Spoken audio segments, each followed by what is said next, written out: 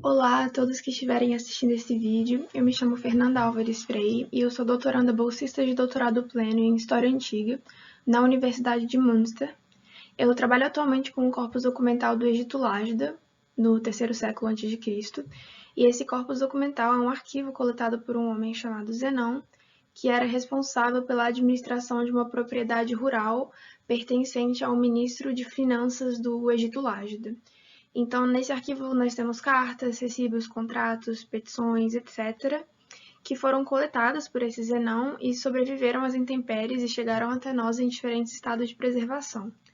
Como esse Zenão foi um indivíduo que operou entre o alto escalão da administração do Egito e indivíduos mais comuns, como, por exemplo, trabalhadores rurais e comerciantes, eu me interessei por buscar entender como que ele se relacionava com as pessoas ao seu redor.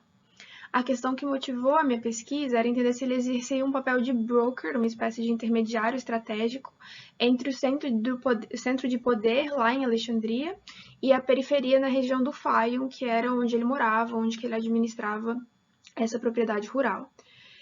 Como o objeto de interesse da minha pesquisa são as relações sociais desse Zenão e das pessoas ao seu redor, eu decidi adotar a análise de redes sociais como abordagem metodológica de pesquisa, e é sobre essa abordagem que nós vamos discutir hoje, que é uma abordagem que pode ser aplicada não só em história, mas em diferentes áreas, na ciência política e em ciências sociais de maneira geral. Então, antes da gente começar, vamos dar uma olhada em como esse vídeo, essa apresentação está dividida. Eu dividi em 4 partes, então a gente vai começar abordando um pouco do contexto histórico e da definição de análise de redes sociais. Em seguida, vamos discutir os conceitos básicos, tudo aquilo que você precisa saber para colocar isso em prática e até entender estudos que estão utilizando essa abordagem. E a gente vai dar uma olhada nas aplicações e nas observações finais eu vou dar algumas indicações de leitura e de programas que vocês podem utilizar se vocês quiserem aplicar isso na pesquisa de vocês. Então, a análise de redes sociais ela é um campo dentro do campo mais abrangente das ciências de redes, que por sua vez estuda diferentes sistemas complexos a partir da sua abstração em unidades conectadas ou não entre si. No campo da matemática, conjuntos compostos por objetos interrelacionados, eles são estudados pelo ramo da teoria dos grafos, e grafos são a representação visual desse conjunto de objetos e suas relações. Um dos primeiros estudos desse campo é o problema das 7 pontes de Königsberg, resolvido por Leonhard Euler em 1736. E esse problema ele é baseado na cidade conhecida como Königsberg, à época, que era cortada por um rio e tinha diferentes distritos, regiões da cidade conectadas por 7 pontes. E a questão postulada era a seguinte: é possível atravessar todas as pontes sem repetir nenhuma delas?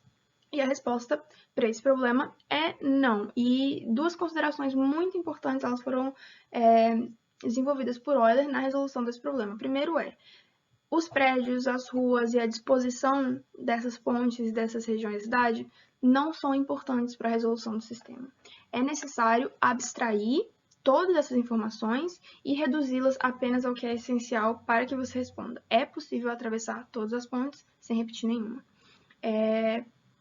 E o que ele fez foi o seguinte: ele abstraiu todas essas informações nessa representação em que os 4 distritos representados pelos círculos azuis são conectados pelas 7 pontes. E ele chegou à conclusão de que só é possível que você atravesse todas as pontes sem repetir nenhuma em um sistema em que ou nenhum dos distritos é conectado a outros distritos por um número ímpar de pontes, ou apenas 2 sejam conectados por um número ímpar de pontes. Porque isso ele representaria que você ou começou do mesmo lugar, ou começou e terminou em lugares diferentes. Nesse caso das pontes de Königsberg, a gente vê que todos os distritos são conectados por um número ímpar de pontes e, portanto, não é possível que você passe por todas elas sem repetir nenhuma. Um estudo inaugural do que já viria a ser a análise de redes sociais em si foi o estudo do Jacob Moreno e da Helen Jennings, que estavam tentando entender o porquê do surgimento de um padrão de abandono escolar em um reformatório de Nova York a partir do campo da sociometria, né, que é a quantificação de dados sobre o papel de indivíduos em um grupo social e a análise desses dados e representação visual em um diagrama social ou sociograma, que é como eles chamavam essa visualização, né, não chamavam nem de uma rede social ou algo do tipo. Esse estudo ele foi realizado a partir da aplicação de questionários que foram preenchidos por alunos, e nesses questionários eles indicavam perto de quem que eles queriam sentar na aula ao longo daquele ano. E eles analisaram isso em vários anos diferentes desse reformatório, e o interessante do estudo foram os aspectos analisados por eles. Então, a porcentagem de indivíduos isolados, que não foram escolhidos por ninguém, a frequência de escolhas mútuas, né, nesse questionário, e também o número de triângulos. E os triângulos, numa rede, até hoje a gente usa essa interpretação de que eles indicam, né, um grupo coeso. Então, a partir da análise de quantos triângulos tem numa rede, você identifica também clusters e subgrupos dentro daquele grupo maior que você está analisando. Tem outros detalhes interessantes, né, desse estudo do Moreno e da Hennings, mas o que eu queria trazer para vocês hoje é que, em ambos os casos, tanto no caso desse estudo quanto no caso do problema das 7 pontes, é necessário que se faça uma abstração. E o que eu quero dizer quando eu digo isso nesse caso, por exemplo, aquele universo social desse reformatório é muito mais complexo do que é apresentado e representado por um questionário de quem gostaria de sentar perto de quem ao longo do ano. É claro que é preciso definir primeiro os objetos que vão participar, que vão, né, ser representados naquela representação de rede, os alunos, os garotos e as garotas, e o que eu considero como uma relação, que nesse caso é quem quer sentar perto de quem. Claro que eu posso ter interpretações e insights que extrapolam essa limitação inicial do que é uma conexão e do que é um participante, né, um ator nessa rede. Mas a análise de rede social ela é baseada nessa abstração e simplificação de sistemas complexos, para que possamos identificar padrões e estruturas de conexão. Por isso, nós partimos para a definição de que a análise de redes sociais ela é entendida nesse contexto como um modelo, uma metodologia ou abordagem de pesquisa, a depender da sua área de origem e das metodologias próprias de estudo da sua área. E essa abordagem ela enfatiza as relações entre unidades e como essas relações impactam o comportamento do sistema como um todo. Por exemplo, ela foca nas interações entre atores sociais ao invés dos próprios atores e suas características, e avalia esses atores a partir das relações presentes no sistema. Então, se você está fazendo uma análise, uma pesquisa, né, sobre políticos na Câmara dos Deputados, e você tem uma definição muito específica do que é uma relação, e você faz lá a sua rede, você analisa, você não está estudando os atores envolvidos na sua rede baseados somente numa análise qualitativa de quem eles são, seu histórico, sua trajetória. Você está analisando o comportamento do sistema baseado nas relações que você registrou e a posição daqueles atores de acordo com o padrão desse sistema. Isso nos leva então a uma pergunta: se a análise de redes sociais ela se baseia tanto na abstração da complexidade do nosso objeto de estudo e da simplificação dessa complexidade, por que utilizar a análise de redes sociais como abordagem metodológica? Bom, como com qualquer abordagem metodológica, primeiro a gente tem que entender quais são as características do nosso objeto de estudo e da questão que a gente quer responder, para então podermos escolher uma abordagem metodológica que se adeque aos nossos objetivos.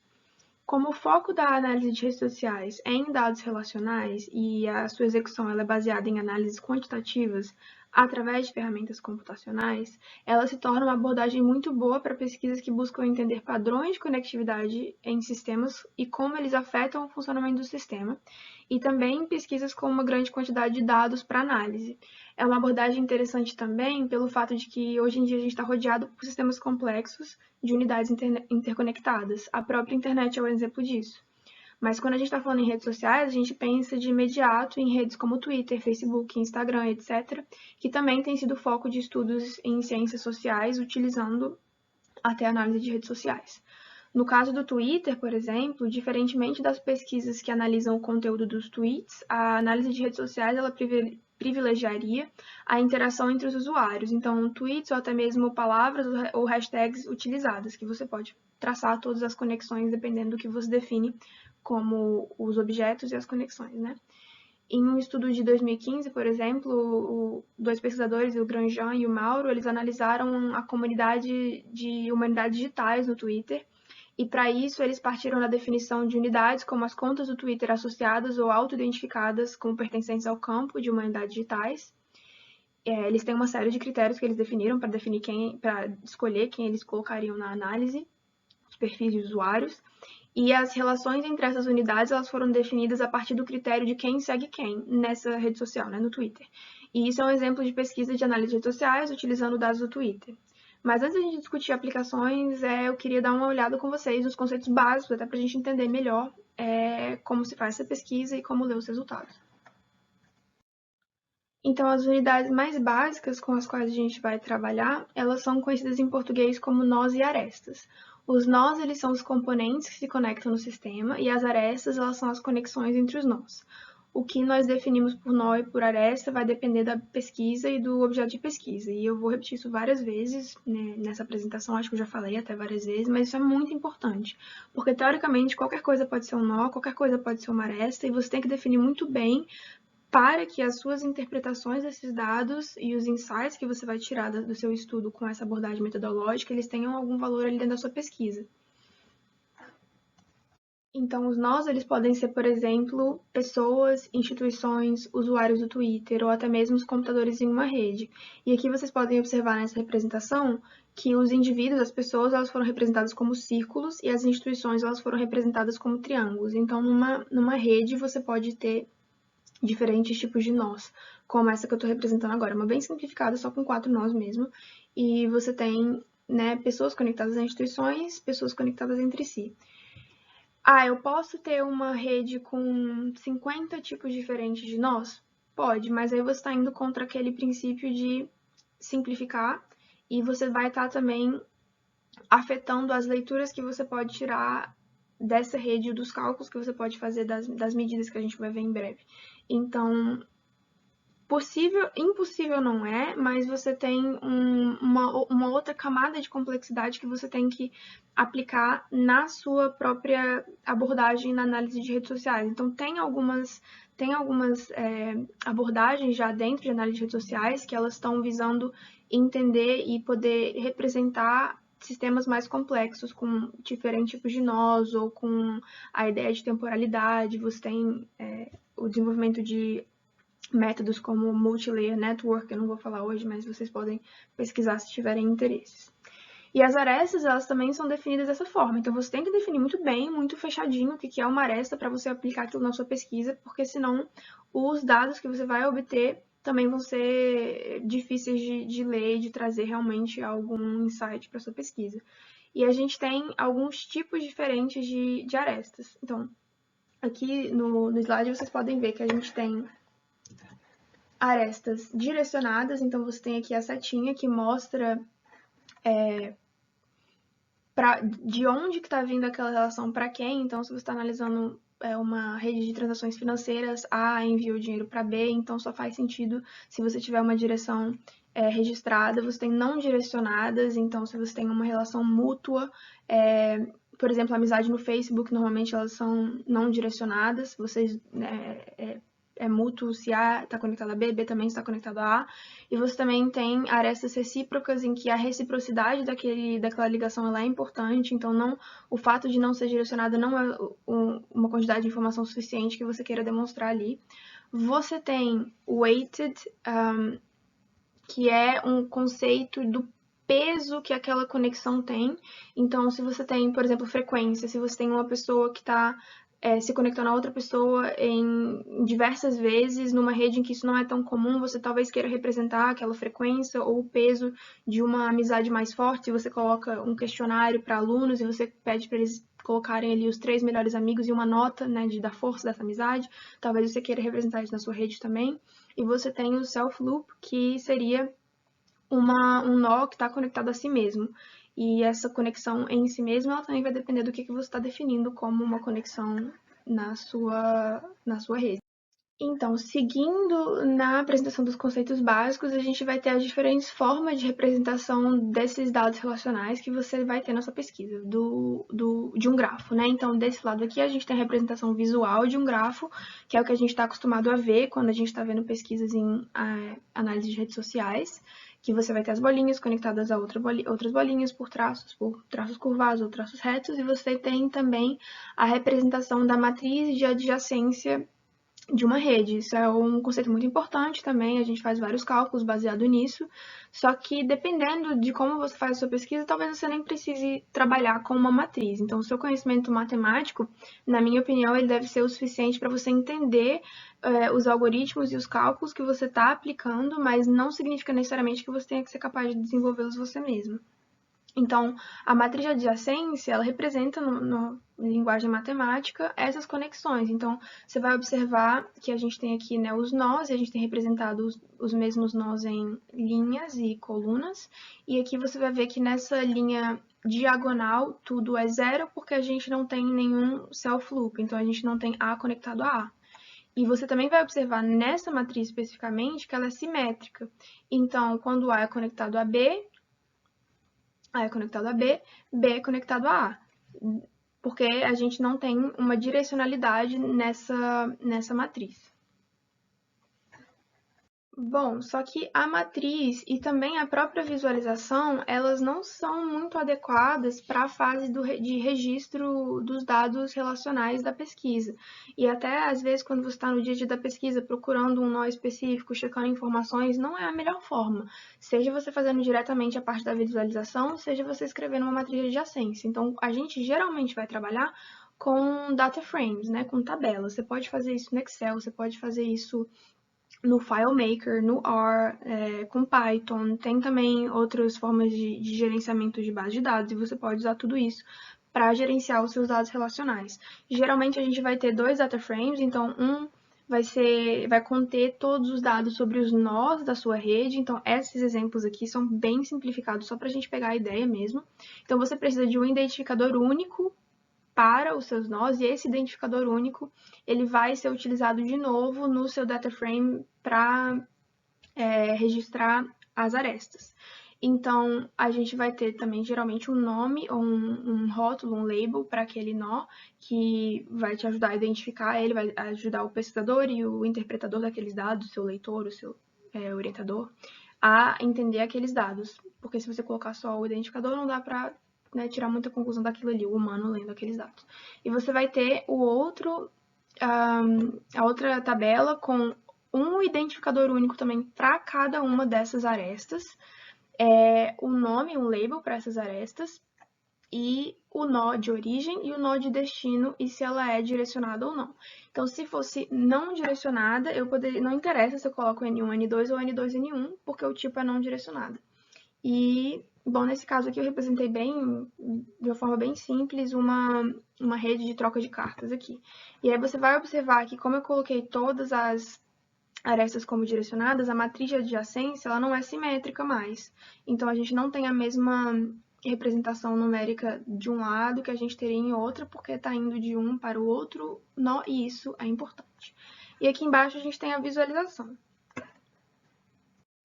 E a visualização das redes, ela é muito importante. Ela é muito importante em duas fases, principalmente, que seria a fase exploratória, a fase em que você está analisando os dados que você tem, você está procurando encontrar padrões ou informações que você não entende muito bem por que está daquela forma, e vai ensejar uma nova fase de pesquisa para você buscar com mais detalhe, com mais profundidade o porquê daquilo está acontecendo, e também numa fase posterior de apresentação dos seus resultados, apresentação da sua rede. Então, aqui a gente tem a mesma rede, os mesmos dados relacionais nas três visualizações que estão apresentadas. E você tem efeitos muito diferentes para essas três representações. Então, aqui na primeira você vai ter uma representação um pouco mais geométrica, parece um quadradinho com um nó no meio, e isso vai dar a impressão para o seu leitor, e talvez até a impressão em você mesmo, quando você estiver analisando essa rede, buscando padrões, de que esse nó no centro talvez seja mais importante, talvez seja mais central.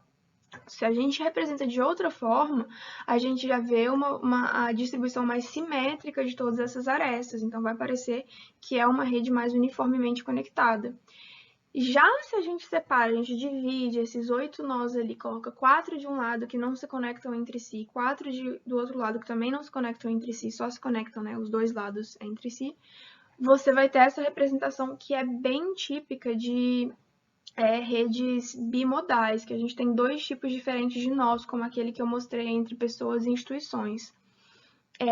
E isso traria uma característica muito importante dessa rede à tona. Só pela disposição você já gera esse tipo de impressão ou da estrutura da rede, que é muito importante, como eu falei, tanto na parte exploratória quanto na parte de apresentação desses resultados, porque isso vai, de alguma forma, guiar o leitor daquela representação para um tipo de interpretação. Então, a gente tem que ter muito cuidado com isso. Bom, agora a gente vai para a parte um pouco mais interessante até dessa abordagem, que são as medidas que a gente pode fazer. Eu vou trazer só algumas medidas de centralidade, só duas, para apresentar, mas existem muitas outras que a gente tem contato quando vai estudando um pouco mais sobre análise de redes sociais. Então, essa primeira que a gente vai ver é o grau, que basicamente é você contar quantas arestas cada nó tem. Então, aqui, por exemplo, esse nó aqui, ele tem 1, 2, 3, 4. Então, ele tem um grau de número 4, enquanto esse tem 3, 3, 2, 2 e assim por diante. Isso aqui dá uma impressão de quão conectado aquele indivíduo, aquela unidade é dentro da rede. Aqui a gente vai ter uma centralidade um pouco mais interessante chamada centralidade de intermediação, que é a quantidade de vezes que um nó está no meio do caminho mais curto entre dois outros nós. Então, o que você faria seria colocar uma lista ali de todas as pares de nós de uma rede. Se for direcionada, tem que fazer o caminho inverso também. E você vai ver, para cada nó, quantas vezes aquele nó que você está analisando se encontra no caminho entre esses dois nós. E aí você vai obter um resultado numérico que ele vai dar a impressão, geralmente, análise de redes sociais, a gente interpreta esse dado como uma pessoa mais influente em sentido de disseminação da informação naquela rede. Aquela pessoa ela tem uma centralidade de intermediação de informação, de intermediação de relações, dependendo do tipo de relação que você analisa, maior dentro da rede. É um dado muito interessante para a gente analisar. E quais são as aplicações que a gente pode ter utilizando essas diferentes medidas? Não só a centralidade, mas de excentricidade, todas as outras medidas que você tem em análise de redes sociais. Isso permite que a gente identifique a função que os atores, né, que os nós, eles estão exercendo na nossa rede. E então, a gente está buscando, às vezes, atores que estão exercendo funções estratégicas na rede. Você tem a função de broker ou de ponte, que é identificada pela centralidade de intermediação, que eu apresentei no slide anterior, e às vezes você tem, inclusive, redes que têm grupos diferentes conectados por um ator que tem uma conexão com outro grupo. Se você tira aquele ator da rede, se aquele ator não existisse, teoricamente, isso pode ser uma análise contrafactual ou de robustez da rede, depende da análise que você está fazendo, mas teoricamente, de maneira simplificada, você tirou aquela conexão àquele ator, esses dois grupos agora estão isolados. Você pode também estar observando, interpretando valores de prestígio, autoridade, influência, através de uma medida chamada Eigenvector Centrality, que funciona mais ou menos como PageRank, né, do Google.